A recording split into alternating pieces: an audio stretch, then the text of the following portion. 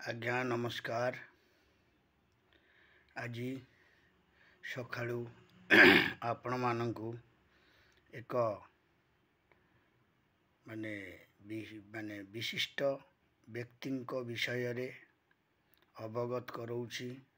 से होउछंती जणे गरीबर दरदी बंधु आउ के नुहंती ओडिशार सिने जगतर स्रष्टा स्वर्गत उत्तम महांती। बहुत से भल पाती लोक मानंकु, साधारण गरीब श्रेणीर लोक मानंकु एवं कलाकार मानंकु, समस्त ओडिशावासी को से बहुत भल पाती। एवं ता मध्य रे मु भी जणिए व्यक्ति, मो ना प्रभु आचार्य भाई एते सुंदर तांकर व्यवहार, एते सुंदर तांकर माने भाषार परिपक्व सुंदर मिठा भाषा। से सबु बेले कहती मोर तांक सहित विगत 30 वर्ष टू 25 वर्षर संपर्क। कारण मु जगन्नाथ विहार रे गोटे दुकान करी थाए। भाई सेते बेले रहुतले आमर प्रमोद सार जे थिले माने प्रोड्यूसर, तांको घर पाखरे रहुतले।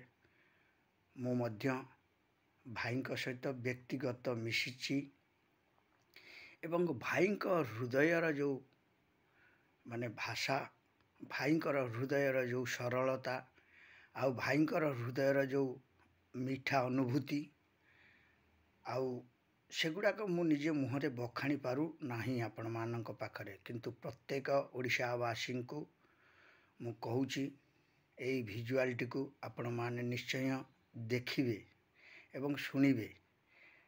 कारण भाईंक सहित मोर गोटे व्यक्तिगत संपर्क पुनिया थिला, किंतु पर्सनल भाईंक सहित मु तांको परिवार सहित एते मिसी नाही, किंतु भाई मते बहुत भल पाती। आपण जानिथिबे से जेतेबेले दुखींकर दुख पड़े ना, से आगे आसंती। से आउ केई नुहंती, उत्तम महांती आगे आसंती एवं लोकमानंको पाई आउ गरीबंको पाई, गरीब जो खटिखिया मजूरिया सेमानंको पाई से सबु बेले आग धाड़ी रे थांती। आउ फिल्म जगत कथा छाड़ंतु, फिल्म जगत से चिरस्मरणीय ओडिशा रे जो इतिहास से करि जाइछंती फिल्म जगत रे। आउ कलिकता रे मध्य बंगाली फिल्म, बेंगली फिल्म रे जहाँ अभिनय करि जाइछंती से तो अतुलनीय। तांकु एक्चुअली ओडिशार जो सरकार थांतु तांकु पद्मभूषण रे भूषित करिबा नितांत आवश्यक। मु देखुथली भाईंकर देहांत रे ताकु डिमांड करथिले आमर जटणीर पूर्वतन विधायक सुरेश कुमार राउतराय। तेणु ताकु मध्य सरकार कर्णपात करिबा दरकार। कारण से आउ केई नुहंती, से होचंती ओडिशार सुयोग्य संतान, कलाकार जगतर जने स्रष्टा एवं आम ये अंचल रे जगन्नाथ विहार बरमुंडा अंचल रे रहुथिबा जणे सरल हृदयर व्यक्ति। से माने समस्तंक सहित भाई जाइकी मिसी जाती। से छोट बड़ किछि नाही। एते सुंदर व्यक्ति आमे हरई थिबारु आज समस्ते आमे 4.5 कोटी ओडिया मध्य मर्माहत तांको पाई। कारण से भली व्यक्ति मु भाबुची ओडिशा रे विरल एवं से भली व्यक्ति ओडिशा रे आउ मध्य जन्म हेबे कि नाही ताहा भी आमे कहि परिबा नै। कारण मु से छोट दुकान टिए करि थाए। भाई मो पाख को आसंती। मु आज्ञा दुकान रे जो कर्म करू थाए ना, भाई सेते बेले कलिंग स्टूडियो को जाउ थांती। तांकर ए जुगर कृष्ण सुदामा मध्य एठी शूटिंग हेउ थाए मो दुकान सामना रे। सेते बेले रो ए जुगर कृष्ण सुदामा रे आपण जानिथिबे मिठुन चक्रवर्ती कलिकतार जो होउचंती सुपरस्टार आर्टिस्ट मिठुन चक्रवर्ती मध्य थांती, उषाश्री मैडम थांती, सार मध्य थांती, उत्तम भाई मध्य थांती, समस्ते थांती। किंतु से पळे आसिले मो दुकान को। पळे आसिकी कहले ଆରେ ପ୍ରଭୁ କେମିତି ଅଛୁ, ମୋତେ ପ୍ରଭୁ ବୋଲି ଡାକନ୍ତି ଭାଇ। ଆଉ ମୋତେ ତ ଯାହା ସାହାଯ୍ୟ କରିଛନ୍ତି ସେ ସାହାଯ୍ୟ ଅତୁଳନୀୟ। ମୁଁ ଆପଣମାନଙ୍କୁ ତାହା ମୁହଁରେ ମଧ୍ୟ ବଖାଣି ପାରିବି ନାହିଁ। ଭାଇ ମୋ ପାଇଁ ଜଣିଏ ସ୍ରଷ୍ଟା ସୃଷ୍ଟି ଏବଂ ସରଳର ବହୁତ ଆଗ ଧାଡ଼ିକି ନେବାକୁ ମୋତେ ମଧ୍ୟ ବହୁତ ଭଲ ବ୍ୟକ୍ତି ଥିଲେ। ଆଉ ତାଙ୍କୁ ଆମେ କ'ଣ ଦେଇପାରିବା? ଖାଲି ଅସୁରଳ ଶ୍ରଦ୍ଧାଞ୍ଜଳି ଟିକେ ଦେଇପାରିବା। ଆମେ ଆଉ ତାଙ୍କୁ କ'ଣ ଦେଇପାରିବା? ସେ ଆମମାନଙ୍କ ପାଖରେ ନ ରହିଲେ ମଧ୍ୟ ହୃଦୟରେ ଅଛନ୍ତି, ଓଡ଼ିଶାବାସୀଙ୍କ ହୃଦୟରେ ଅଛନ୍ତି। ହେଲେ ଏତିକି ମୁଁ କହିବି, ଜଗତର ନାଥ ଜଗନ୍ନାଥ ତାଙ୍କର ଆତ୍ମାକୁ ସଦ୍ଗତି କରାନ୍ତୁ, ସୁପଥରେ ନିଅନ୍ତୁ ଏବଂ ତାଙ୍କ ଦେହରେ ମଧ୍ୟ ସେ ଲୀନ କରାନ୍ତୁ। ପ୍ରଭୁ ଜଗତର ନାଥ ଜଗନ୍ନାଥ ସେ ବହୁତ ଭଲ ପାଆନ୍ତି ସାଇ ବାବାଙ୍କୁ। କାରଣ ସାଇ ବାବାର ମନ୍ଦିର ଗୋଟିଏ ସେ ମଧ୍ୟ ଆରମ୍ଭ କରିଥିଲେ ଜଗନ୍ନାଥ ବିହାରରେ। ତାହା ମଧ୍ୟ ଆଜି 14 ବର୍ଷ ଖଣ୍ଡ ହେବ ବୋଧେ ପୂରଣ ହେବାକୁ ବସିଲାଣି। କିନ୍ତୁ ପ୍ରତ୍ୟେକ ବର୍ଷ ଭାଇ ଆସିକି ବସିଯାଆନ୍ତି। ଭାଇଙ୍କି ଦେଖିବା ପାଇଁ ବହୁ ବ୍ୟକ୍ତିମାନେ ପଳେଇ ଆସନ୍ତି ସବୁ ଷ୍ଟେଜ୍ ପାଖକୁ ଏବଂ ସାଂସ୍କୃତିକ କାର୍ଯ୍ୟ ଅନୁଷ୍ଠାନ ସବୁ ହୁଏ। ମୋତେ ଭାଇ 2 ବର୍ଷ ତଳେ କହିଥିଲେ, ପ୍ରଭୁ ତୁ ଆସେ ଗୋଟେ ଭଜନ ଗାଇବୁ। ଆଉ ମୋର ସେ ମଧ୍ୟ ଅଧୁରା ହୋଇଗଲା। ଭାଇଙ୍କି ସେ ଭଜନଟି ମୁଁ ଶୁଣେଇ ପାରିଲି ନାହିଁ, କାହିଁକି ବଡ଼ ବଡ଼ ଆର୍ଟିଷ୍ଟମାନେ ସବୁ ଥିଲେ ଷ୍ଟେଜ୍ରେ। ମୋତେ ସୁଯୋଗ ମଧ୍ୟ ମିଳିନଥିଲା। ସେଥିପାଇଁ ମୁଁ ଦୁଃଖିତ ନୁହଁ। କିନ୍ତୁ ଭାଇଙ୍କର ଯେଉଁ ପ୍ରେରଣା, ମୁଁ ଦିନେ ବସିଥାଏ, ମୋ ଜୀବନର ସତ୍ୟ କଥା କହୁଛି, ସତ୍ୟ କାହାଣୀ ଆପଣଙ୍କ ପାଖରେ ପହଞ୍ଚଉଛି। ମୁଁ ଦିନେ ବସିଥାଏ ସଲାମ ଭୁବନେଶ୍ୱରର ଯିଏ ହେଉଛନ୍ତି ହିରୋ, ସେ ହେଉଛନ୍ତି ରଞ୍ଜନ ଦେଓ। ତାଙ୍କ ପାଖରେ ମୁଁ ଥରେ ବସିଥାଏ। ହଠାତ୍ ଗୋଟିଏ ତାଙ୍କର ଫୋନ୍ ଆସିଲା। ସିଏ ଭାଇ ସେ ନମସ୍କାର କଲେ। ମୁଁ ସାଇଲେଣ୍ଟରେ ବସିଥାଏ ସେଇ ରଞ୍ଜନ ଭାଇଙ୍କ ପାଖରେ। ଯେତେବେଳେ କହିଲେ ଏପଟୁ ଫୋନ୍ ଆସିଲା, ସେ କହିଲେ ଭାଇ ନମସ୍କାର। ମୁଁ ଆଉ ସେଠି କିଛି କହିଲିନି। ମୁଁ କହିବାକୁ କିଛି ଆଗଉଥିଲି, ମୋତେ ରଞ୍ଜନ ଭାଇ ମନା କଲେ, କହିଲେ ଟିକିଏ ରୁହ। ତାପରେ ମୁଁ ସେଠୁ ସାଇଲେଣ୍ଟ ବସିଲି। ଉତ୍ତମ ଭାଇ ନିଜେ ମଧ୍ୟ ଫୋନ୍ କରିଥିଲେ, କହିଲେ ରଞ୍ଜନ, ଆଉ ତାଙ୍କ ସହିତ କଥାବାର୍ତ୍ତା ହେଲେ। ଦେଖୁଥିଲି, ଶୁଣୁଥିଲି, ସ୍ପିକର ଫୋନ୍ରେ ମଧ୍ୟ କଥା ହେଉଥିଲେ। ରଞ୍ଜନ ଭାଇ ବସିଥାନ୍ତି ତାଙ୍କ ସିଟ୍ରେ ବସିଥାନ୍ତି। ମୁଁ ମଧ୍ୟ ତାଙ୍କ ପାଖରେ ଥାଏ। ଭାଇ ଫୋନ୍ କରିକି ରଞ୍ଜନ ଭାଇଙ୍କି ବହୁତ କିଛି ବୁଝେଇଲେ ଏବଂ କହିଲେ, ରଞ୍ଜନ ତୁ ରାଗେନି, ତୁ ଆଗାମୀ ଦିନର ଓଡ଼ିଶାର ଭବିଷ୍ୟତ। ରାଗ, ହିଂସା, କ୍ରୋଧ ଏସବୁ ନଥାଏ କଳାକାର ଜୀବନ ଭିତରେ। ବହୁତ ବୁଝେଇଛନ୍ତି ରଞ୍ଜନ ଭାଇଙ୍କି। ରଞ୍ଜନ ଭାଇ ମଧ୍ୟ ସେ କଥା ଗୁଡ଼ିକୁ ସ୍ୱାଗତ କରୁଥାନ୍ତି ବହୁ ମାତ୍ରାରେ। ଆଉ ସେ ଭାଇଙ୍କର ଯେତେବେଳେ ଫୋନ୍ଟି ବନ୍ଦ ହେଇଛି, ମୁଁ ସେଠୁ ରଞ୍ଜନ ଭାଇଙ୍କି ଏ କଥା ପଚାରିଲି। ମୁଁ କହିଲି କିଏ କରିଥିଲେ ଫୋନ୍? ନା ଓଡ଼ିଶା ଜଗତର ଇଏ ହେଉଛନ୍ତି କଳାକାରର ସ୍ରଷ୍ଟା ଉତ୍ତମ ଭାଇ। ଏତେ ସମ୍ମାନ ଦେଇକି ମୋତେ ରଞ୍ଜନ ଭାଇ କହିଥିଲେ। କହିଲା ବେଳକୁ ଆଖିରେ ଛଳ ଛଳ ଲହୁ ପଳେଇ ଆସୁଛି। ତେଣୁ ସେଇ ରଞ୍ଜନ ଭାଇ ମଧ୍ୟ ଆଜି ଭଲ ଜାଗାରେ ପହଞ୍ଚିଛନ୍ତି। ତାଙ୍କର ପ୍ରତୀକ୍ଷାର ଆଉ ଏଇ ଯେଉଁ ଉତ୍ତମ ଭାଇଙ୍କର ଯେଉଁ ପ୍ରେରଣା ତାଙ୍କୁ ସେ ବହୁତ ଆଗକୁ ଟାଣି ନେଇଛି। ମୁଁ ମଧ୍ୟ ରଞ୍ଜନ ଭାଇଙ୍କର ସେଇ ଫିଲ୍ମଟିକୁ ଦେଖୁଥିଲି, ନମସ୍ତେ ଭୁବନେଶ୍ୱର। ଓଫ୍, କି ହେଇଛି ସୁନ୍ଦର ଫିଲ୍ମଟି। ବହୁ ଭଲ ଅଭିନୟ କରିଛନ୍ତି। ତା ଦେହରେ ମଧ୍ୟ ପିଣ୍ଟୁ ନନ୍ଦ ଅଛନ୍ତି, ତା ଦେହରେ ମଧ୍ୟ ବବି ମିଶ୍ର ମଧ୍ୟ ଅଛନ୍ତି, ଆଉ ରଞ୍ଜନ ଭାଇ ନିଜେ ଅଛନ୍ତି।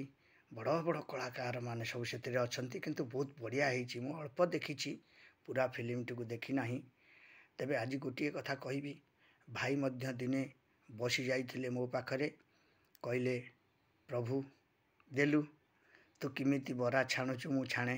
ଭାଇ ନିଜେ ମୋ ହାତରୁ ଛଡ଼େଇ ନେଇଥିଲେ ସେଇ ଛଣାଟିକୁ, ବରା ଛଣାର ଝାଞ୍ଝରାଟିକୁ ନେଇଯାଇଥିଲେ ମୋ ହାତରୁ, ନିଜେ ଛାଣି ପକାଇଥିଲେ ଦୁଇଟା। ମୁଁ କହିଲି ଭାଇ ବଡ଼ କଷ୍ଟ ଲାଗୁଛି, ଆପଣଙ୍କ ଭଳି ବ୍ୟକ୍ତି ଏଇସବୁ ଜିନିଷ ମୋ ପାଖରେ କରିବେ।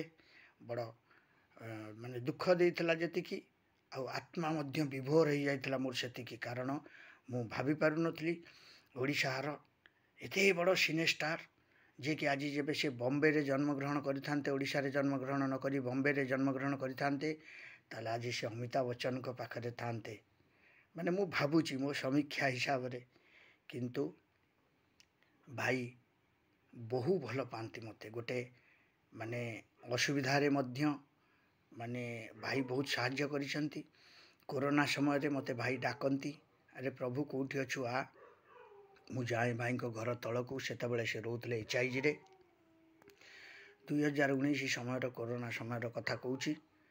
ତେବେ ଭାଇଙ୍କର ଏ ଯେଉଁ ସ୍ନେହ, ଏ ଯେଉଁ ଭାବନା, ଏ ଯେଉଁ ପ୍ରେମ, ଏ ଯେଉଁ ଆନନ୍ଦ ଆଉ କେହି ଦେଇପାରିବେନି ସଂସାରରେ, ମୁଁ ଭାବୁଛି ମୋତେ। କାରଣ ଭାଇ କହିଥିଲେ, କୋରୋନା ସମୟରେ ଭାଇଙ୍କ ପାଖକୁ ଯାଇଥିଲି, ସେତେବେଳେ ମହାମାରୀ କୋରୋନା ଚାଲିଥାଏ। ତେଣୁ ଭାଇ ମୋତେ କହିଲେ ଆରେ ତୁ କାହିଁକି ଘରେ ବସୁଛୁ, ବସନି। ତୁ ଗୋଟେ କର୍ମୀ ଲୋକ, ତୋର ବିଜନେସ୍ ଅଛି, ତୁ ବିଜନେସ୍ କରୁଛୁ, ତେଣୁ ଆଉ ଗୋଟିଏ ଛୋଟ ବିଜନେସ୍ କର। ଗୋଟେ ତୁ ତୋ ହିସାବରେ ଭଲ ବ୍ୟକ୍ତିଟିଏ, ତୁ ମଧ୍ୟ ନିଜେ ଗୋଟିଏ ଛୋଟ ଛୋଟ ଗୀତ ଲେଖିଦେଉଛୁ, କାବ୍ୟ କବିତା ଲେଖିଦେଉଛୁ, ତୁ ଗୋଟେ ୟୁଟ୍ୟୁବ୍ ଖୋଲ। ମୁଁ କହିଲି ଭାଇ ନା ଏଇ କୋରୋନା ସମୟରେ ଖୋଲରେ। ମୁଁ କହିଲି ଭାଇ ମୋତେ ୟା ପାଇଁ କିଏ ସାହାଯ୍ୟ କରିବେ? ଆଉ ମୁଁ କ'ଣ ଜାଣିଛି ଏ ବିଷୟରେ, ଆପଣ ମୋତେ କହୁଛନ୍ତି ଏଇ ଜିନିଷ କରିବାକୁ। ତେଣୁ ୟୁଟ୍ୟୁବ୍ ବିଷୟରେ ମୋତେ କିଛି ଜଣା ନାହିଁ। ତେଣୁ ଭାଇ ସେତେବେଳେ ଆମର ତାପସ ଦାସ, ଟିଟନ୍ ଭାଇ, ଆପଣ ଜାଣିଥିବେ ମ୍ୟୁଜିକ୍ ଡାଇରେକ୍ଟର ଥିଲେ। ତାଙ୍କୁ ମଧ୍ୟ ଭାଇ କହିଦେଇଥିଲେ ଫୋନ୍ ମାଧ୍ୟମରେ, ଆରେ ତାପସ ଆଉ ଟିକେ ସେ ପ୍ରଭୁଟାକୁ ଟିକେ ସାହାଯ୍ୟ କର। ପ୍ରଭୁଟା ବି ମୋ ସହିତ ଏତେ ଦିନ ମିଶିଲାଣି, ତାକୁ ବି ଦୁନିଆରେ କିଛି ଲୋକ ଜାଣନ୍ତୁ। ଆଜ୍ଞା ଦେଖନ୍ତୁ, ସେତେବେଳର ଯେଉଁ ମର୍ମାହତ କାହାଣୀ ସବୁ କହିଲେ ଅତୃପ୍ତି ହେବନି, ଆଉ ହୃଦ ମଧ୍ୟ ସମ୍ଭାଳୁନି। କେଉଁଠି କେତେ ପ୍ରକାର ଲୋକ ସବୁ ମରିଯାଉଥାନ୍ତି, କେହି କାହାକୁ ଛୁଉଁନଥାନ୍ତି। କିନ୍ତୁ ଉତ୍ତମ ଭାଇ ସେ ସମୟରେ ମୋତେ ଆଗକୁ ଭିଡ଼ି ଦେଇଛନ୍ତି। ଆଉ ସେହି ସମୟରେ ମୁଁ ଗୋଟିଏ ୟୁଟ୍ୟୁବ୍ ଖୋଲିଥିଲି। ୟୁଟ୍ୟୁବ୍ଟି ହେଉଛି ପ୍ରଭୁଜୀ କ୍ରିଏସନ୍। କିନ୍ତୁ ସମସ୍ତେ ଓଡ଼ିଶାବାସୀ ୟାକୁ ଦେଖିବା ଦରକାର। କାରଣ ଯାହା ବି କରେ ମୋ ଅନ୍ତରରୁ, ଯାହା ବି କରେ ମୁଁ ଆପଣମାନଙ୍କ ଉଦ୍ଦେଶ୍ୟରେ କରୁଛି, ଦେଶବାସୀଙ୍କ ଉଦ୍ଦେଶ୍ୟରେ କରୁଛି, ଆଉ ସଚେତନତା ଉଦ୍ଦେଶ୍ୟରେ ମଧ୍ୟ କିଛି ବାଣୀ ଆପଣମାନଙ୍କୁ ଦେଉଛି। ମୋର ନିଜସ୍ୱ ଲେଖା ଗୀତ ମଧ୍ୟ ମୁଁ ନିଜେ ଗାଉଛି, ଗାଇକି ମଧ୍ୟ ଆପଣମାନଙ୍କୁ ଶୁଣାଉଛି।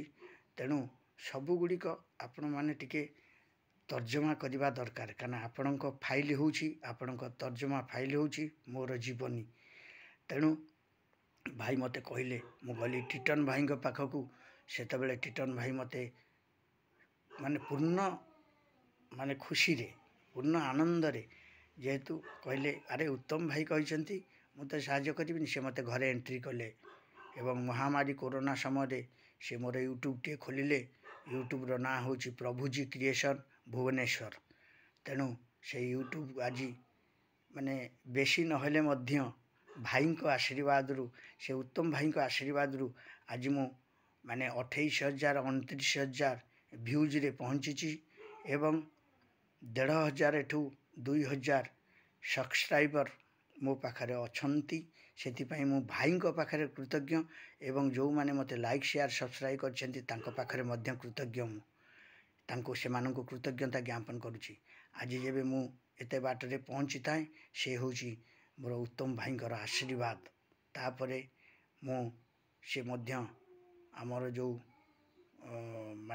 ହାସ୍ୟ ଅଭିନେତା ପପୁ ପମ୍ପମ୍କୁ ମଧ୍ୟ କହିଥିଲେ, ଆରେ ପ୍ରଭୁକୁ ଟିକେ ମଝିରେ ନେ।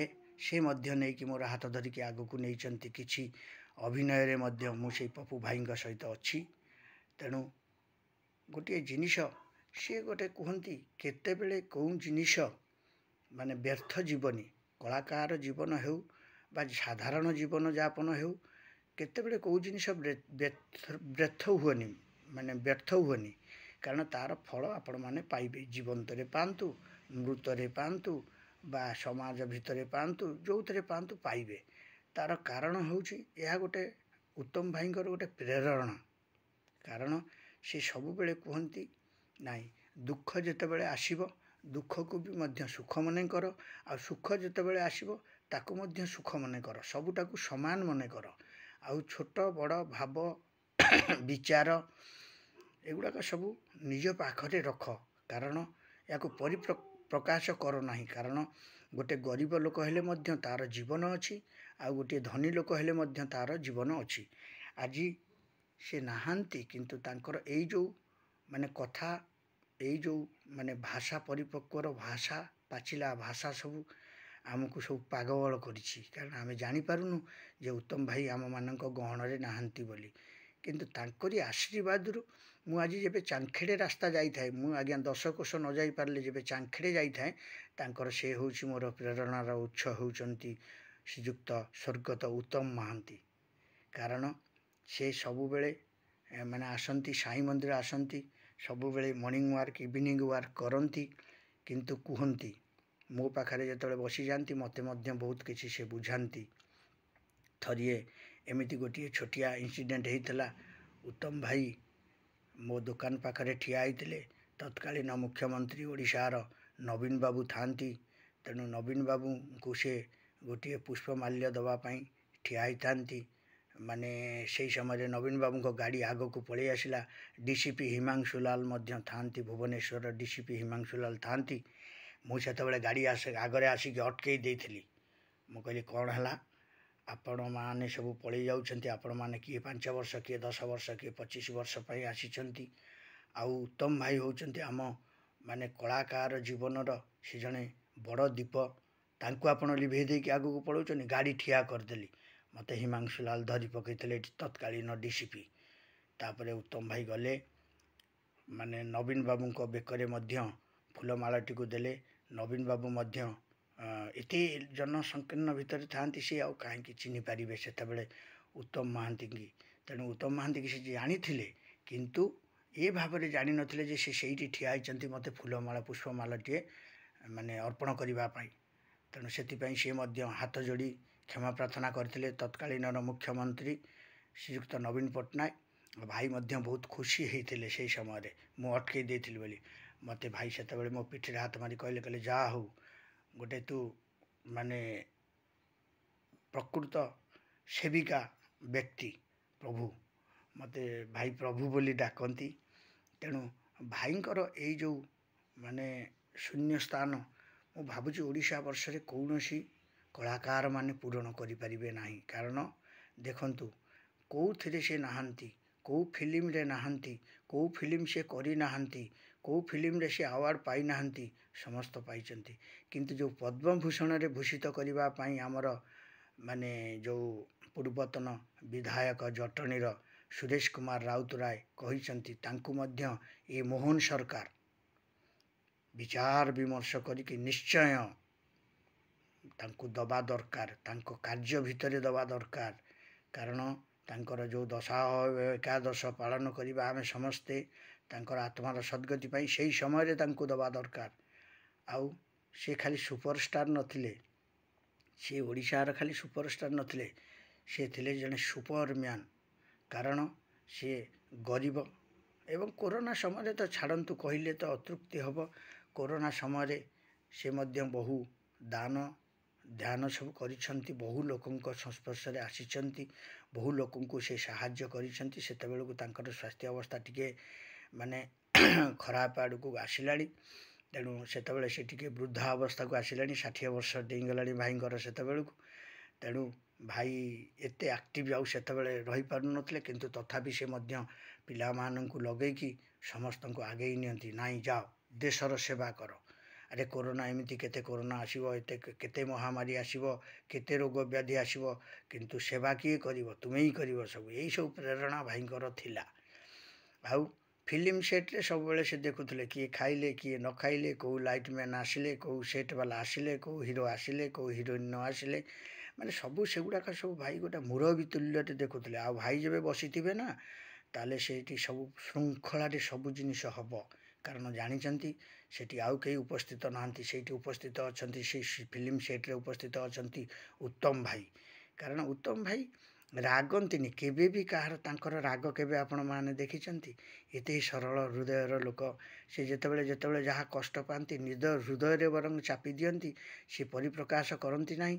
ଏବଂ ପ୍ରକୃତ ମାନେ ସେଭଳି ବ୍ୟକ୍ତିତ୍ୱ ଜଣେ ଆମମାନଙ୍କ ଗହଣରେ ନାହାନ୍ତି ବୋଲି ଆମେ କେତେବେଳେ ବି ଚିନ୍ତା କରିପାରୁନାହାନ୍ତି, ଭାବି ବି ପାରୁନାହାନ୍ତି।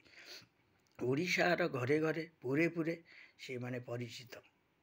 ଆଉ ସେ ଆଜି ମାନେ ମାନେ ତାଙ୍କୁ ରାଷ୍ଟ୍ରୀୟ ମର୍ଯ୍ୟାଦା ସହକାରେ ସରକାର ତାଙ୍କର ଶେଷକୃତ୍ୟ ସମ୍ପନ୍ନ କରିଛନ୍ତି, ତାଙ୍କୁ ଶ୍ରଦ୍ଧାଞ୍ଜଳି ଦେଇଛନ୍ତି।